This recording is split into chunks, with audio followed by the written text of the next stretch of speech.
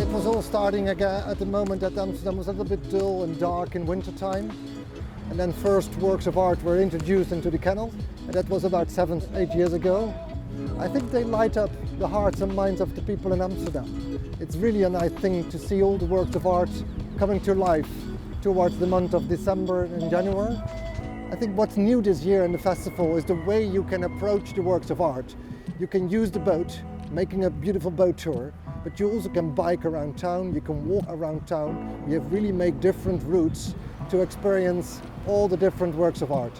It's nice to see all those installations of light, but the importance of darkness, the importance of rest, of not being part of the system is of course very, very much there as well.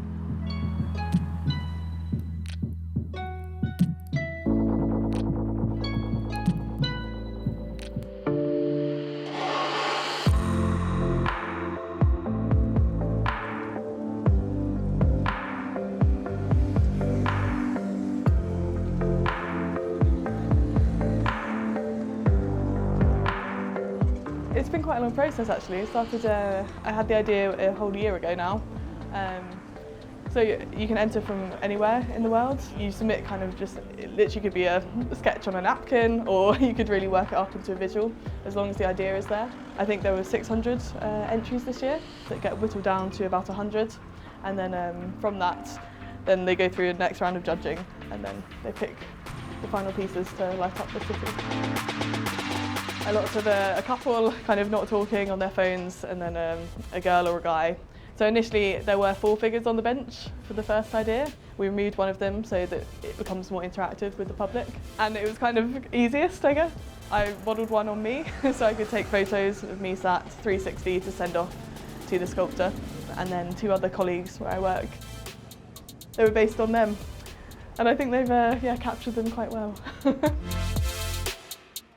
Well, the sculpture arrived on Monday, and we had a slight issue with the transport, so sadly it got damaged along the way. It arrived with 2 broken hands and a cracked ankle, and the bench was a bit damaged, but we worked through it, and the guys from Amsterdam Light Festival have been amazing to help.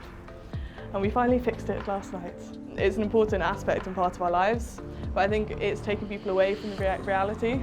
Like, people go to gigs and film through their phones rather than actually enjoying it and spectating through their eyes. So I'd just like people to kind of stop and take a second to reconnect with the people around them as opposed to their phones. We had a lot of people just coming over being like, oh wow, oh, that looks like my son, or we had 2 old men that came along and sat down in between, and it's just been really funny to kind of see everyone's reaction to it, because everyone just gets it, everyone can relate to it.